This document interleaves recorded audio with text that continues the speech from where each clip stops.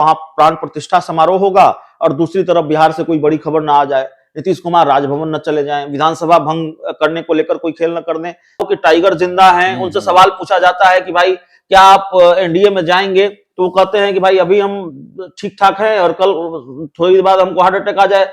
अब अभी इंडिया गठबंधन में है, आगे इंडिया गठबंधन में रहने का प्रयास करेंगे।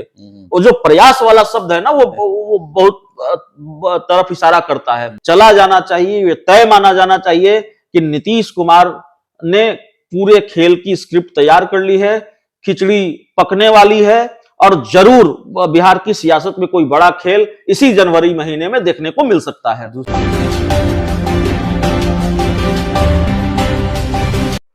नमस्कार, आप देख रहे हैं रबजी लाइव और बिहार की राजनीति में हमेशा कुछ न कुछ नया मोड़ आ ही रहा है।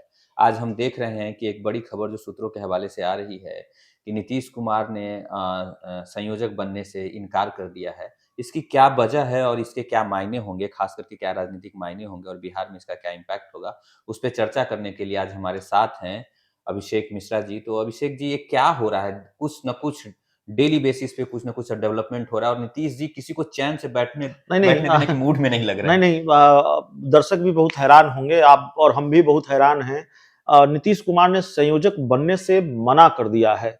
अब सवाल है कि बड़ा महत्वपूर्ण सवाल है या नहीं है, जिस गठबंधन को नीतीश कुमार ने बनाया, जिसमें उनकी बड़ी महत्वपूर्ण भूमिका रही, नीतीश कुमार की पार्टी के नेता पोस्टर लगा रहे थे, देश मांगे नीतीश, और संयोजक कब बनेंगे ये सवाल हो रहा था। कई बार बयान आ रहे थे कि नीतीश कुमार को संयोजक बनाया जाना चाहिए।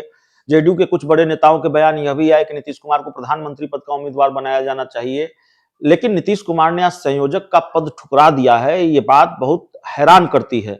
लेकिन जिस तरीके से पिछले कई दिनों से बिहार की राजनीति में किसी संभावित खेल के आसार नजर आ रहे हैं, ये आज का जो मामला है, जिस तरीके से नीतीश कुमार ने संयोजक का पद ठुकराया है और कांग्रेस को सलाह दी है कि भाई कांग्रेस का ही संयोजक कोई होना चाहिए, तो एक तरह से नीतीश कुमार ने बड़े संकेत दिए हैं उस संभावित खेल को लेकर कि वाकई ऐसा लगता है कि नीतीश कुमार के मन में कुछ चल रहा है या नीतीश कुमार ने कुछ सोच रखा है। देखिए, अब आज 12 तारीख है शायद, तो 14 जनवरी को खरमास खत्म हो जाएगा। 14 जनवरी से लेकर 22 जनवरी के बीच की जो तारीख है वो बहुत महत्वपूर्ण होने वाली है।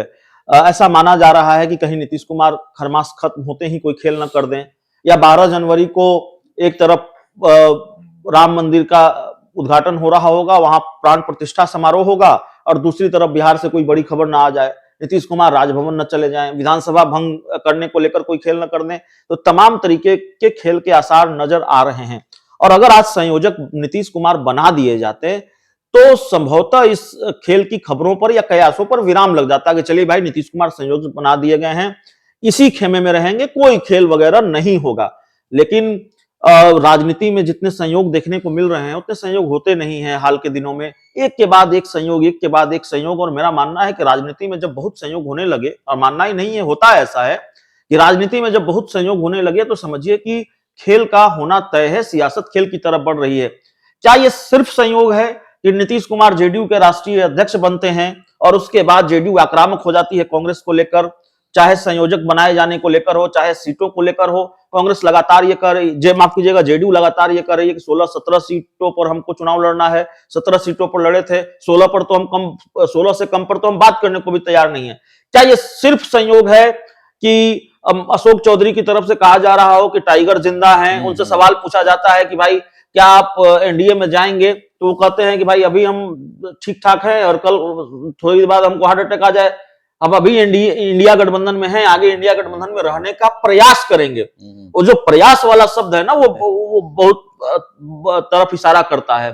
केसी त्यागी के बयान हो, तो एक के बाद एक ऐसे बयान, ऐसे संयोग, और सबसे बड़ा संयोग आज देखने को मिला है जिसने तकरीबन इस बात को पुख्ता कर दिया, मैं तो कहूंगा पुख्ता कर दिया है, हो सकता है मेरी बात गलत साबित हो आगे चल के, लेकिन पुख्ता कर दिया है नीतीश कुमार ने कि जरूर उनके मन में कुछ चल रहा है और वो बड़ा खेल करेंगे ही करेंगे। देखिए, 2024 का लोकसभा चुनाव है, नीतीश कुमार के पास वक्त नहीं, किसी के पास कोई वक्त नहीं है, दोस्त और दुश्मन जल्द से जल्द तय कर लेना है।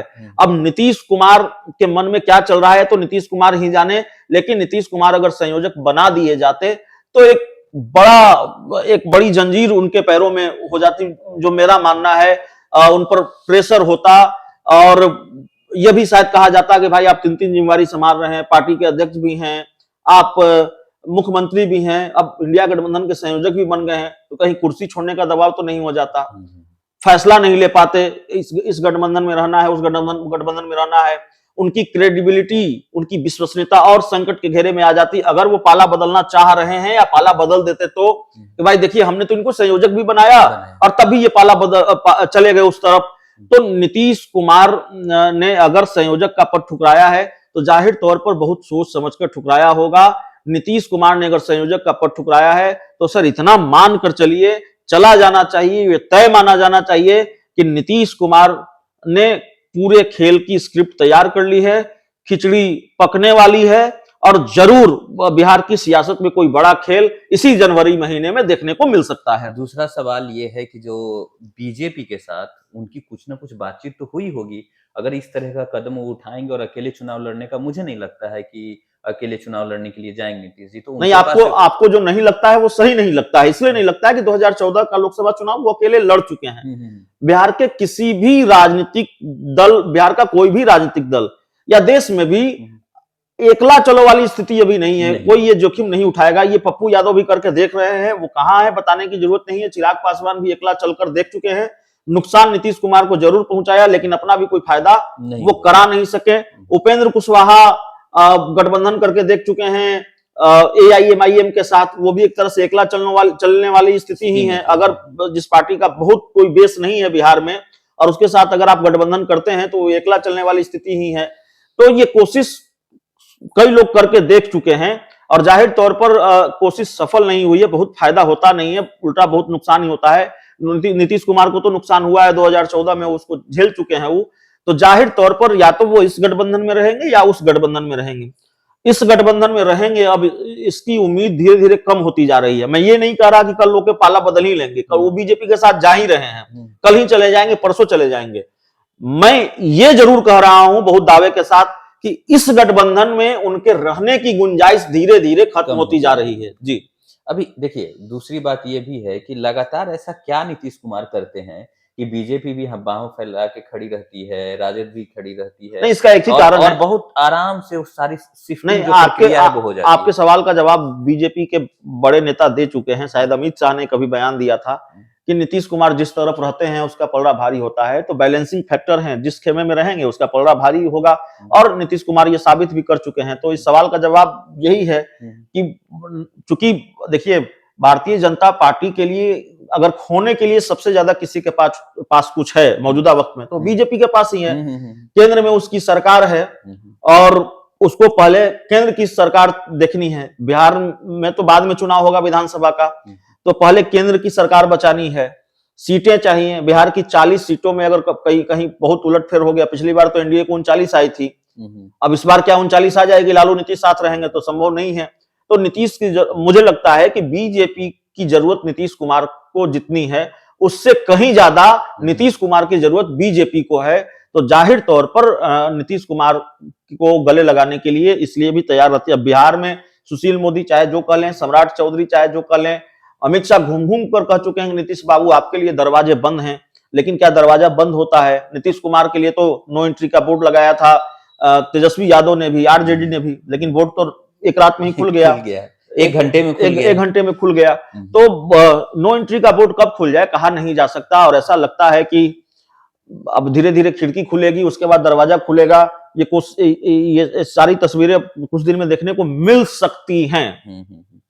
देखिए एक्सीडेंटल प्राइम मिनिस्टर कहा गया मनमोहन सिंह को और अनप्रिडिक्टेड चीफ मिनिस्टर जो है वो अब कहा जाएगा नीतीश कुमार को, क्योंकि वो लगातार क्या करेंगे वो ये ना हम लोग प्रिडिक्ट कर पाते हैं, ना हम पत्रकार प्रिडिक्ट कर पाते हैं, ना आम जनता को ये समझ में आता है कि आज यहाँ पे है नीतीश जी, कल कहाँ जाएंगे।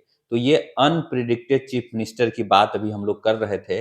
अब आज की रिपोर्ट में इतना ही। हमारे साथ बने रहने के लिए बहुत बहुत धन्यवाद। अगर ये वीडियो आपको पसंद आया हो तो इसे लाइक करें, शेयर करें और हमारे चैनल को सब्सक्राइब करें। धन्यवाद।